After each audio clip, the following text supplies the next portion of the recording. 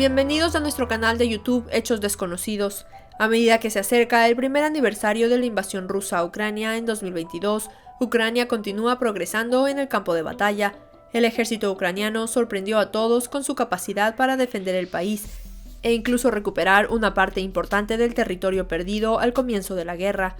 Pero Rusia no parece dispuesta a admitir la derrota ni a evacuar todo el territorio ucraniano, incluida Crimea. En cuanto a las negociaciones, el presidente ruso Vladimir Putin no ha dado señales de estar dispuesto a renunciar a su sueño imperial de controlar Ucrania, y será igual de difícil persuadir al gobierno ucraniano de que ceda las tierras a una potencia ocupante brutal, a cambio de una paz incierta. Putin cree que el tiempo está de su lado y puede ganar una guerra de desgaste, especialmente dada la decisión de la Casa Blanca de limitar el arsenal de Ucrania a armas que no pueden penetrar profundamente en Rusia. Pero Rusia no está más cerca de sus objetivos hoy que al comienzo de la guerra. La guerra de Ucrania está a punto de completar su semana 46. Tanto Rusia como Ucrania sufrieron grandes pérdidas de soldados y equipos en este proceso. A corto plazo, Ucrania necesita tanques como los tanques M1 Abrams de fabricación estadounidense y los tanques alemanes Leopard 2. Mientras que a largo plazo, Ucrania también necesita aviones de combate. Las reservas de municiones y equipo militar del ejército de Kiev fueron reabastecidas constantemente por sus aliados occidentales. El 6 de enero, la administración Biden envió el primer lote de 50 vehículos de combate de infantería Bradley, a un paso de los tanques Abrams que Zelensky había solicitado.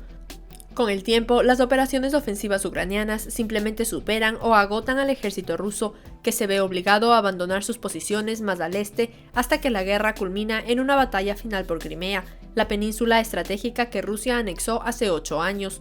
No se puede decir lo mismo de Rusia. Rusia fue inicialmente un país enorme con muchos recursos. Sin embargo, estos recursos no eran ilimitados. La mayor parte del ejército de Moscú, sus armas y municiones se están agotando. El ejército ruso estaba mal gestionado a nivel estratégico, operativo y táctico. Los rusos perdieron la mayoría de sus mejores unidades del ejército, sus mejores tanques y armaduras.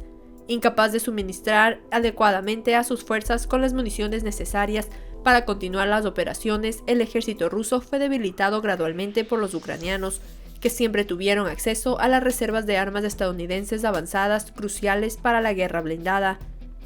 En esta guerra, que ha estado ocurriendo durante aproximadamente un año, los únicos partidarios del ejército de Moscú fueron Irán y los drones Shahed. El tiempo pasó y los fracasos han hecho que la mala racha del ejército ruso no sea un secreto. El ejército ruso, que Vladimir Putin creía que tenía superpoderes, siguió siendo un tigre de papel contra Ucrania. Ahora el Kremlin sabe que Rusia fracasó en Ucrania. El presidente ruso Vladimir Putin está mostrando signos de que sabe que su ejército es incompetente en su guerra contra Ucrania. Marcó un desarrollo importante en el enfoque de Vladimir Putin para gestionar la guerra. El jefe del Estado Mayor de Rusia, Valery Gerasimov, fue ascendido a jefe del ejército ruso. El nombramiento del jefe del Estado Mayor como comandante operativo es una indicación de la creciente gravedad de la situación que enfrenta Rusia y reconoce abiertamente que la operación va a la saga de los objetivos estratégicos de Rusia. La promoción de Gerasimov se produce después de una serie de reveses en la guerra de Rusia en Ucrania, que según se informa ha perdido a más de 110.000 soldados desde que el ejército del Kremlin invadió a su vecino en febrero. Rusia perdió cientos de miles de soldados en Ucrania. Para compensar estas pérdidas, Vladimir Putin solo tiene una salida.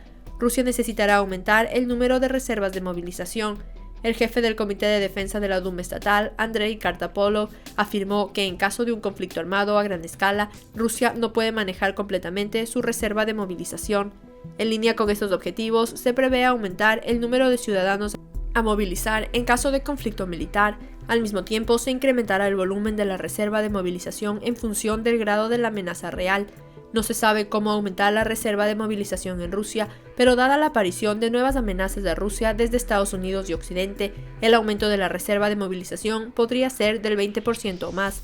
Putin ha demostrado repetidamente que extendió mal las capacidades de la fuerza rusa y no renunció a sus objetivos de guerra maximalistas en Ucrania. Sin renunciar a sus objetivos de guerra, Vladimir Putin continúa con sus intentos en el frente.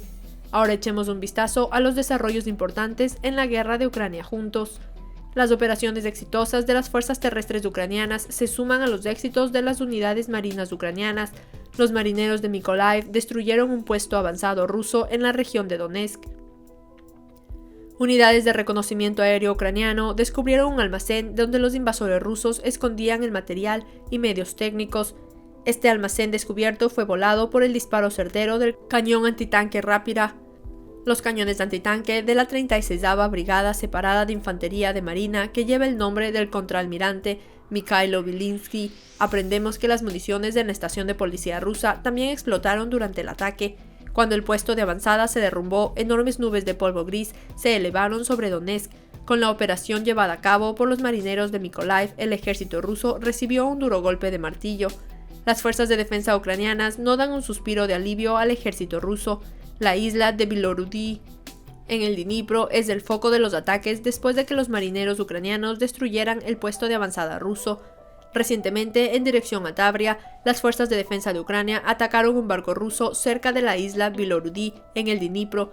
El barco ruso fue destruido por el fuego de artillería de Kiev. El tipo de barco aún no ha sido determinado.